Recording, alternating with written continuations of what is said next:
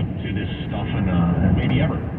But she wraps up by saying that we're the last line of defense on all this stuff, and a lot of us have been keeping our mouths shut for quite a few years about a lot of these different issues because we're being polite, or we just think, you know, you're a bunch of crazy young people or whatever, you're college professors or whatever, keep our mouths shut. We got to stop. That's got to end. We all got to speak up and say, no, that's insane. That's ridiculous. Okay, and she used a couple of clear-cut examples of, for instance, I didn't know this, but in most places it's against the law to protest with your face covered. It goes back to the Ku Klux Klan, so you wouldn't have, you know, a bunch of cops and city officials in some of your southern towns with their face covered protesting in the street. You're not allowed to, but we're allowing it for a lot of your up with Palestine, up with Hamas protesters for some reason. All kinds of places they're face covered, so no more of that. You know, get to cover your face and do that. And also, no more double standards on the whole the way you treat people on college campuses. You don't get to have a rule for certain groups of people where they words are violence, and that person was harmed because you misgendered them, but then turned a blind eye to actual physical violence if some little Jewish kid's getting pushed around in the quad. As I've been saying for a very long time, all of that crap they spout, those faux moralistic arguments about, you know, words are violence, or you've made me feel unsafe, or misgendering is a blah, blah, blah. All of that stuff is not about morality. It's not even about good manners. It's about power. If they can silence you, if they can tell you what you can and cannot say, they have seized power from you. Wake up to that. I think more and more people are. This is not a minor threat. Again, 300,000 people in London over the weekend protesting. That's a movement. You know, if I had a time machine, frequent discussion here on the Armstrong and Getty show, I might go back. I'm not sure how far. Oh, it wouldn't do any good. I was going to say, and make the point as loudly as I could. You know, Western world, importing millions of people who hate the very principles that guide you is probably going to be corrosive sooner or later. Probably a bad idea. The time machine discussion.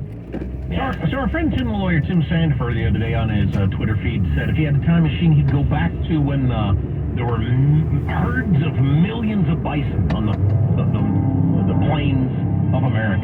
That's okay. What he would choose. That's a pretty good choice for a time machine. And do what? Skin them and sell their coats? Ride them? No, witness it. See it. Observe. He just wants to watch a bunch of buffaloes run around? Yeah, where the buffalo roam. You don't want to go talk to James Madison about the Constitution? The buffalo? Okay, so you see that as not a good use of a time machine. I'd skin them, sell their meat. That's what I'd do. What's yours? I don't know, I got a bunch of them. Depends on my mood. Hey, pick one. Go hang out with Jesus. You know, I have some questions. You don't speak his language. See, that's so many problems with the whole time machine gambit. Google Translate, dum-dum. You're gonna freak him out. You hold your iPhone to his ears. I thought I could perform miracles. What the hell is that?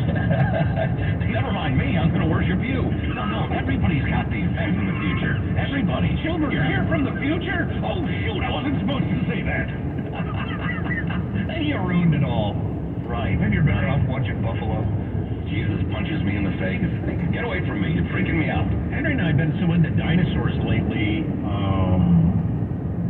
Watching various videos and that sort of stuff, and going to the museum is just, boy, going to a period of time where you could witness those things walking around, but you might get like in the first 30 seconds is the problem. And you get killed violently, like the moment I show up wherever I show up in my time machine. And that'd be a heck of a thing to see. Yeah. Well, yeah. Sure, animals the size of buildings, you know, stomping about, sure. I'd have to think about it. If I had to make one choice, you gotta let me noodle it through for a while. Okay. What do you think? Just for the record, since Tim's probably listening at some point, the whole Buffalo thing is done. Yes. Well, and it just occurred to me that Google Translate wouldn't work because there's no internet. I'm not sure. That's weird. I'm not getting a signal, I would say, in ancient Jerusalem. I'm not sure it does ancient Aramaic or... I don't even know what they spoke. I think Aramaic. Okay, that's it. I could be wrong. There you go. Jack Armstrong and Joe Getty. The Armstrong and Getty Show.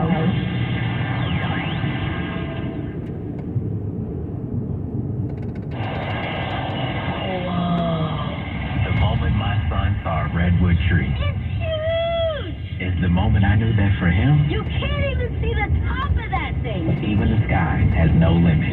There are some moments only the forest can inspire. Find yours at discovertheforest.org. Learn about forests near you and discover cool things to do when you go. Your moment is out there. Find it at discovertheforest.org. Brought to you by the U.S. Forest Service and the Ad Council. We are live outside the home of Joe and Rosie Goddard, where a pretty big tickle fight broke out just minutes ago. Sources say their father instigated the laughter. Let's go inside for a comment. Apparently, they have no comment. Dads, let this be a reminder that it only takes a moment to make a moment. Call 877-4DAD-411 or visit fatherhood.gov. Brought to you by the U.S. Department of Health and Human Services and the Ad Council. Why was the basketball court all wet? Because the players kept dribbling on it. The dad joke. Corny, groan-worthy, but also one of the simplest ways to share a moment with your kids. What did the buffalo say when he dropped his son off for school? Bye, son. So take a moment to make your kid laugh, because dad jokes rule. Make your kid laugh today. Go to fatherhood.gov. Brought to you by the U.S. Department of Health and Human Services and the Ad Council. Hope you enjoyed your meal. And I just want to say, he's lucky to have a brother like you. Lucky. Caring for my brother is far from easy. But he's a part of me, like my arms and legs, so I'll be his. No time for tired. Nothing can disable this love. He needs me, but I'm the lucky one, even though I need help now and then. If you're caring for a loved one, visit aarp.org/caregiving for care guides and community. Support for your strength. Brought to you by AARP and the Ad Council. Hope you enjoyed your meal. And I just want to say, he's lucky to have a brother like you. Lucky. Caring for my brother is far from easy. But he's a part of me, like my arms and legs, so I'll be his. No time for tired. Nothing can disable this love. He needs me, but I'm the lucky one, even though I need help now and then. If you're caring for a loved one, visit aarp.org/caregiving for care guides and community. Support for your strength. Brought to you by AARP and the Ad Council. 911, what is your emergency? What's your son? All right, where's the loose? 911, what's your emergency? Please, my son shot his brother.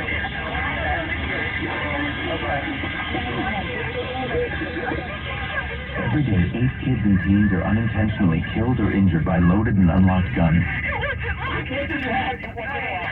Learn how to make your home safer at endfamilyfire.org. Brought to you by the Ad Council and End Family Fire. We are live outside the home of Joe and Rosie Goddard, where a pretty big tickle fight broke out just minutes ago. Sources say their father instigated the laughter. Let's go inside for a comment. Apparently, they have no comment. Dads, let this be a reminder that it only takes a moment to make a moment. Call 877-4DAD-411 or visit fatherhood.gov. Brought to you by the U.S. Department of Health and Human Services. In Lincoln. Wow.